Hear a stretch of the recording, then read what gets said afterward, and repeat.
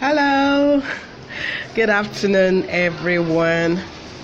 Welcome to today, day 5 of our Write and Publish Your Bestseller on Amazon challenge. Okay, so I'm so excited to be here today, and as usual, I'm going to try to invite people so that they could join us.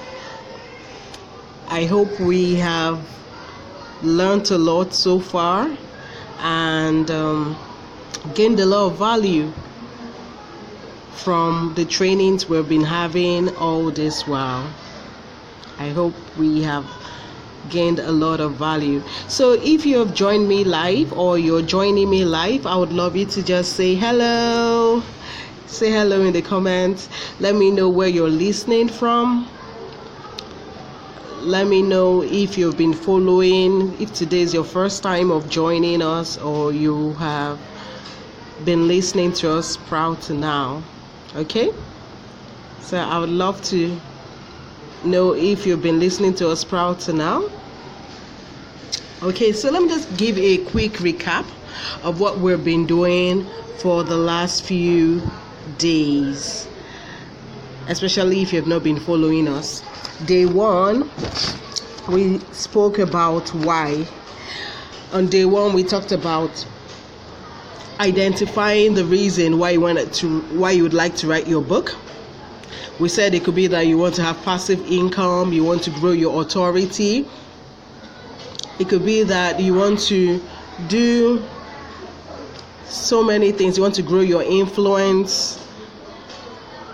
And whatever your desire for writing your book, you should be able to identify why, because that's what success would mean to you. If success is that you want to reach as many people as possible with your message, then it's not necessarily going to be how much you've made from it that will be the key criteria. So it all depends on you.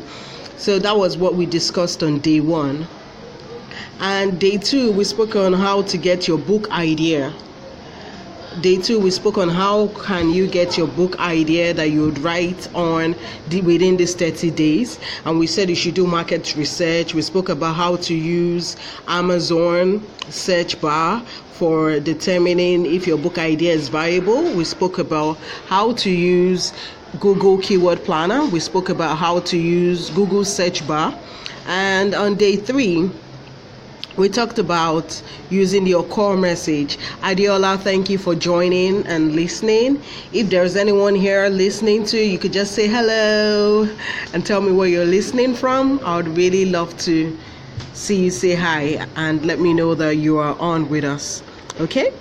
So day 3, we also spoke about identifying your target audience so that you can know where they are located online and offline, and you'll be able to add value to them wherever they are, and as well as communicate that you have a book that could help solve their pressing needs, their frustrations.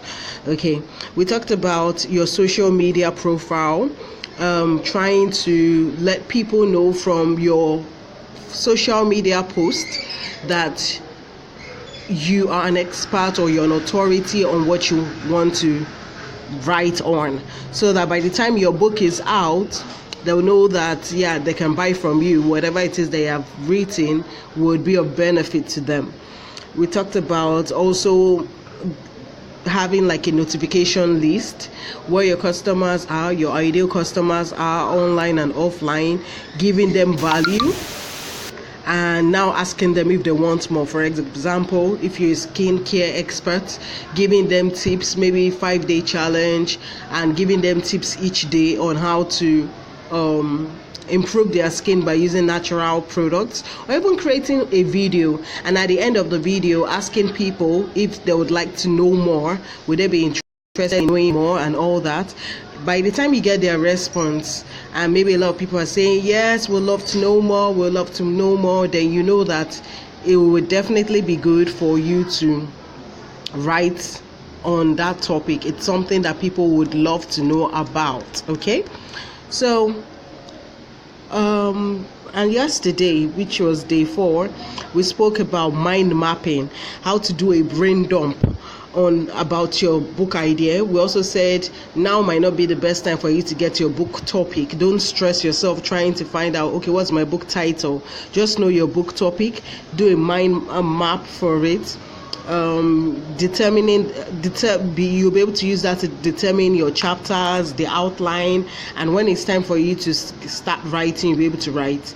And we also spoke about having a launch team, how to contact your launch team, how to contact people and get more information.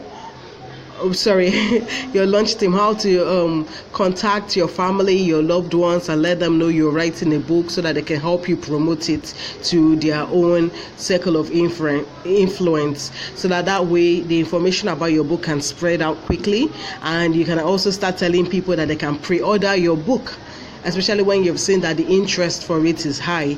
So telling people to pre-order your book would empower you and ginger you to write your book, because you have already started accepting payment for it. And I believe that because you're a person of integrity, you definitely keep your promise. You say, oh, at the end of the month my book will be launched, but right now you can buy this book at this discounted price, and these are the bonuses I am giving you. And you ensure that your bonuses are interesting, your bonuses are related to the actual product, and that the value of it could even be much more than the cost of the book. So in the end, what people might even be paying for, it's more of the bonuses, the free bonuses that they are receiving, that would make your offer irresistible. Fantastic. So today I want to talk about how to make your non-fiction book interesting and engaging. Okay, so hello, thank you for joining us. As many people that are listening, just say hi and let me know where you're listening from. Just say hello if you're listening now, or even if you're listening to the replay. Okay, I would love to see you say hi. Thank you for joining and listening. Okay, so today I said we're going to be talking about how to make your book engaging and interesting. How does that sound? Okay, now remember I mentioned that you should be able to identify your ideal customer. There's what we call a customer avatar, and you can choose to create your customer avatar.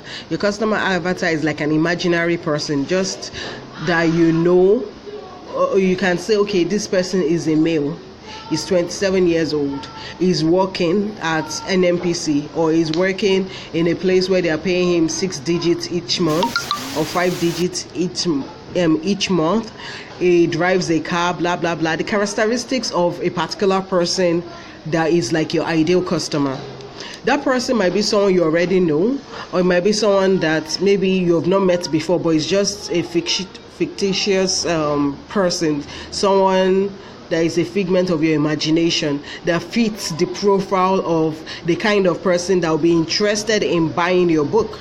For example, if your book is on weight loss, it could be about maybe fat ladies or people that are like receptionists, that are very good looking, working maybe in places like oil companies or KPMG, and anyway, such people are not usually fat, okay, but maybe some very good looking, but because the person keeps sitting down most of the time, the person has grown fat. The person is not really doing much activity. Such a person, because she's a customer facing person, would love to look slim and maybe look good and beautiful. So if you're a weight loss person, it might be that those are the kind of people that you are targeting. Working class ladies that earn so amount of money, that have so kind of jobs, and they are career women, blah blah blah, so that way when you go to any event, whether online or offline, you're in any community, you'll be able to easily identify your target customer. So now when you want to write, this is a bestseller secret, you should write as if you're talking to that person.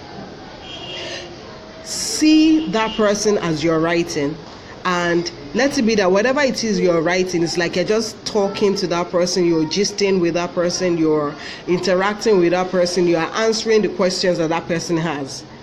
If you write that way, you'll be able to connect with that person. Whatever it is that you have written will resonate with that person. Like I was reading a book by Chandler Bolt, and his book was really interesting. It was easy to read, easy to write, and that really helped me. Okay, there was something he said that he learned from, I think, Robert Kiyosaki, which that spoke about best-selling author. He said a best-selling author is not necessarily a best writing author. So it's not about you writing the big grammars. Is that a best-selling author is someone that's been able to sell a lot of books. So the whole idea is ability to write and connect, and it's that connection that would make people say, oh, I found it easy to read. Because if you're putting too much grammar or big grammar that will not make people find it interesting to read, they'll probably drop your book and come back to it later, if at all. Because there's so many things that are competing for people's time. So if you write as if you're talking to that, your customer avatar, your ideal customer, by the time the person is reading it will just be flowing. They will just, oh wow. Like there was someone that told me when she read my book, she said that it was just easy to read. She's relatively elderly, and she was like, oh, it's easy to read, and she was able to finish it on time. Most of the books on Amazon are short reads, especially the ones that make bestsellers. They are not the ones that have 400 pages. People don't really have time for that again. They would start and probably never finish that book. So like I said, I think yesterday, you can choose to break your book. If you feel your book will be too large, you can break it down into series. That's even one of the reasons how people's books become bestsellers, because if you write a book that is very interesting, your readers would look forward to reading more of your books. So when they know that another book is out, they'll definitely want to read that next book, and that way you make more money, because you've written the first book, they have bought it, you've written the second book, they have bought it, like that. But ensure that you're adding value. In any book that you're adding value. Remember, if you have a core message in a book, then that means that if it seems like you have too many ideas to push out, you can break it and let it be in another book. Okay? So tip number 1, write as if you're talking to your target customer. Tip number 2, ensure that you have a core message. If the central theme, it seems like you have too many themes within your book, break it down. That way you'll be able to write and finish your book within these 30 days, and you would also be able to have followers who are excited about reading your next book and who will buy your next book, and you'll be able to make more money. So another thing you should know is that your book, if you want to give people the transformation they desire, should be in an organized step-by-step format. Let there be a logical flow. Let it be like, okay, this is what they need to do. For example, you want to travel to, let me see, maybe United States. What's step number 1? You plan. Okay, there are too many things that you need to do. For example, you need to plan, you have to get your visa, you have to get your passport, you have to apply, and so many other things. Maybe the clothes you would wear to go and all that. So don't let your ideas be all over the place. If you're trying to tell them how to get a school in the United States, or how to school in the United States, or how to go for holidays in the United States, you don't tell them that they'll first of all get to the airport before you now tell them that they need a visa. Okay? So there should be that logical step. So your chapters should flow. It should be from one chapter to another. It should be that they need to get a passport, because if they don't have a passport, there is no way they are going to be able to apply for a visa. I don't know how they're going to apply. I don't know what they want to use, because whatever stamp or approval or visa has to be placed on their passport. So one of the steps will be, if they don't have a passport, they need to get a passport. Next step will be, okay, then they need to apply. Even the first step might be, first of all, they need to raise money. Because if you're going to apply, they should be able to see that you have money in your account, or that someone is sponsoring you. So if no one is sponsoring you and you have not thought in advance that you should have money in your account, by the time you are about to travel and maybe it's now one day to the visa interview that you now have lots of money placed in your account, sometimes some people might get denied for that, because they'll be like, how come there have been no money in your account all this while, and all of a sudden one day to the interview time, or when you're supposed to give a statement of account, you can now see that your money has jumped from 10,000 naira to 3.5 million. How is it possible? And consistently for the last 3 months or 10 months, we have just been seeing 2,000 naira, 5,000 naira. How are we sure you don't want to run away? How are we sure you're going to come back to your country? What is the ties that you have? Hello. Thank you for listening. Hello. Okay, I'm beginning to see the comments now. Fantastic. Okay, so what's the ties that you have? I hope I've been able to explain properly. So let it be a logical flow, show step-by-step flow. Okay, now there is something that is very key that you also need to add to your book. I don't know if you have observed it, but books that offer transformation, or even if it's a webinar or a seminar, this is a very wonderful key point you should please note. They always talk about myths. They always talk about limiting beliefs that can affect their target audience. They might not call it myths, sometimes they might call it myths, but whether it's a webinar, especially if it's a webinar that involves people that are trying to sell something, they have to address the myths. Or even if you're not selling anything, but you want your customers to get a particular transformation, you have to address the myths. What are the myths? The myths are the limiting beliefs that people have that are false, or that you believe are false, that they should know that these things are false. Because no matter the story you tell them, no matter the things that you try to let them know so that they can change, if they have not broken, if they still have the wrong mindset, then that mindset will serve as strongholds holding them back, preventing them from achieving the goals you want them to achieve using the content within your book.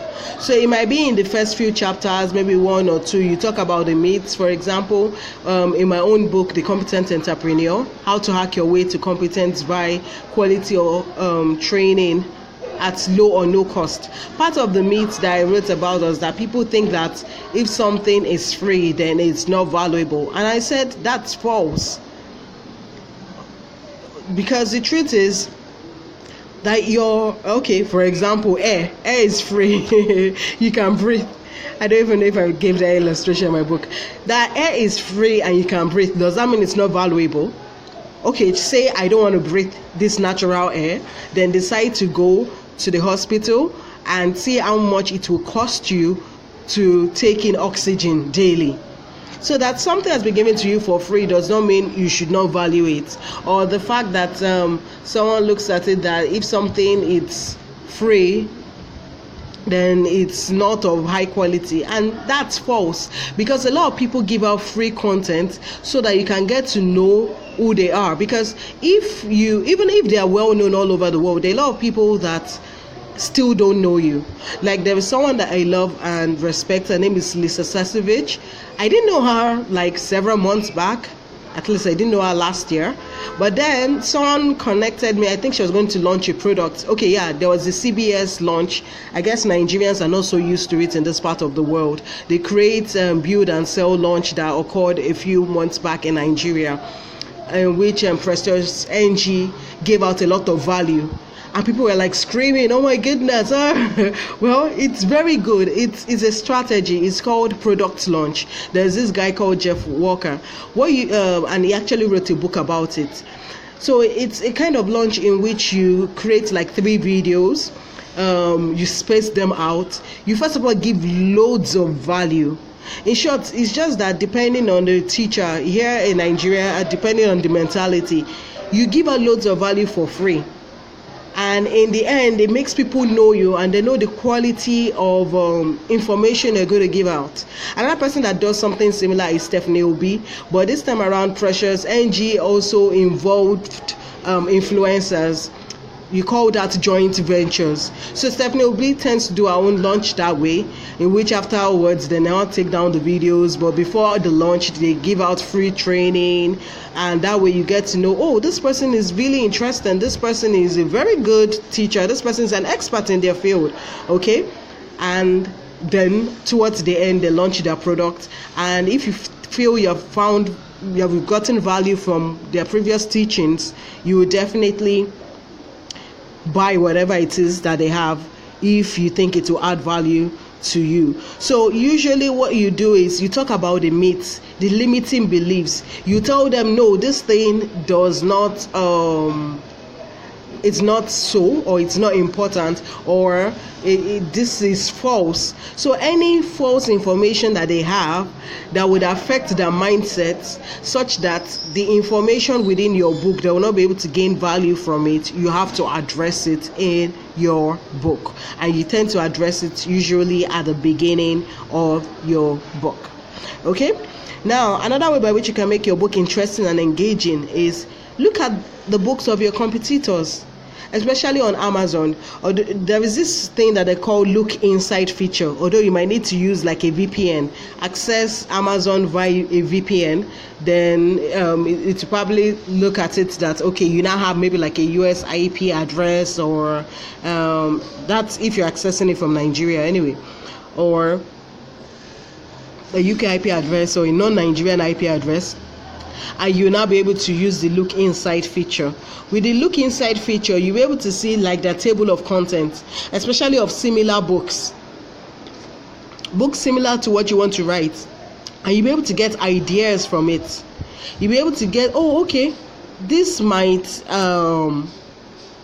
look nice in my book, or this might actually be fit very well into my book. It's related to my book idea. So the idea is not to do plagiarism, the idea is to get ideas. Part of it could also be when you're using the look in, when you're using like Google, the autocomplete suggestion, the auto suggestion feature for Google. So for example, if you're talking about recipes, it might be maybe recipes for, just type that, you'll see the auto suggestions. So you'll see things that people have typed that maybe are related to recipe for, it could be recipes for fat women, recipes for African dishes, recipes for Caribbean women. So with the auto suggestion, you have an idea of the things that people have been typing, okay, which can give you ideas that you can add into your book, which will make it interesting and engaging, because these are things that people have been asking about. These are things that people are interested in knowing. Remember, your book is supposed to address the pain points of people, their frustrations. It's supposed to address things that they are looking for solutions to, not just things that are in the figment of your imagination. And I did talk about, at some point, asking questions. I think the previous days I spoke about getting information. If you observe people, influencers, people that create products, if you're on people's email list, they'll tell you, oh, okay, what's your number one challenge with this thing? Or you're about to join a Facebook group, or what's your biggest problem with this issue? They want to know it, because if they can know or okay, for example, like the Millionaire Housewives group, there is like this Talk to Me Thursday, so in which you pour out your challenges, your problems, your everything, and that person uses it to know, okay, these are the pressing needs, and you can now create a product or a book that solves those problems, or you address those things within your product if you have an existing product. So that way it's going to look that way you're going to create something that is interesting and engaging, because it's answering their questions. They'll be like, oh my goodness, how did this person know? But then the person already knows, because at some point the person has already asked you, or maybe not asked you, but they have done a sample by asking a lot of people, and it's turned to like an FAQ. Okay, so another thing I would just quickly like to talk about, or let me just wrap up. There is one last thing you can that will make your book interesting. It's called the reader's magnet. I think I might have to do a particular post on it on its own. But books that people also quickly finish reading are books that have engaging content within it. Like Pat Flynn, he, for his book, I think he even did an online course that he said was like something complimentary. So if you are this particular chapter, you now say, oh, there is like a complimentary online course, and this is the link outside of the book, that you can access. Or they give out workbooks, worksheets, complementary resources to the book. That's also a reader's magnet, because it will help serve as your lead magnet. When you're publishing on Amazon, you don't have access to the customer information, so you don't necessarily know that, oh, so and so is the person that bought my piece. Okay, great, I'm back. I think I'll just try to wrap up. Internet connectivity, but thank you for staying tuned. Okay, so let me just quickly wrap up. I spoke about you writing as if you're talking to your ideal customer, in an easy to, so that whatever it is that you're writing will resonate with that person. Picture that person and let it be as if you're just talking to that person. You're talking to that person, okay, as you're writing your book, or that the book is answering the questions that the person is asking, so that when your ideal customer picks the book to read, it will be like, oh my goodness, how did this person just know that? This is what I need to know. Okay, I also mentioned that let there be a logical flow, organized step by step. Yeah, there was something I wanted to mention, which is very key. It's one of the methods to get people to finish something. Quick wins. Okay, you can give them activities or things, little action steps that they need to take that would make them feel excited that, oh yes, they have achieved something, or they have finished a particular goal or task. There is then also ensure that at the end of each chapter you tell them, oh, okay, we're going to address also in the next chapter.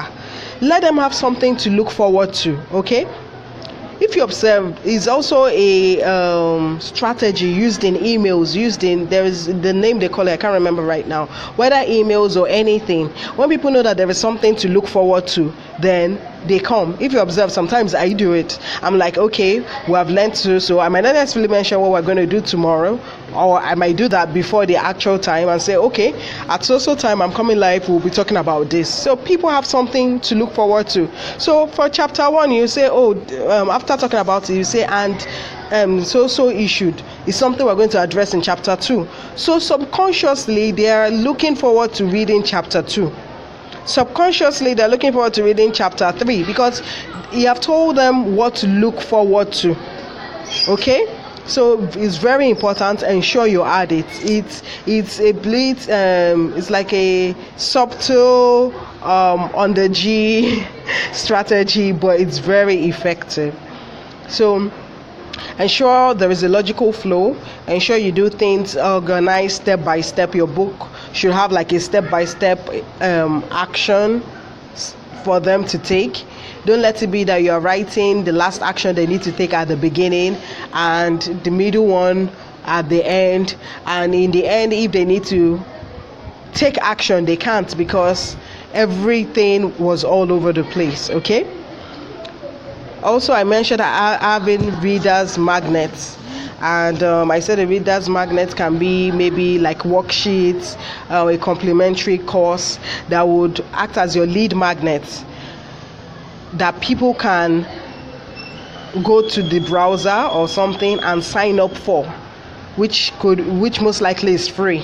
So that way you're able to get the email addresses of your customers. So in terms of how to make it engaging for your customers, is that for your readers, is that what you're offering for free is something related to what you're reading, maybe related to that chapter, and it's something that will make them find it interesting enough to want to drop their emails.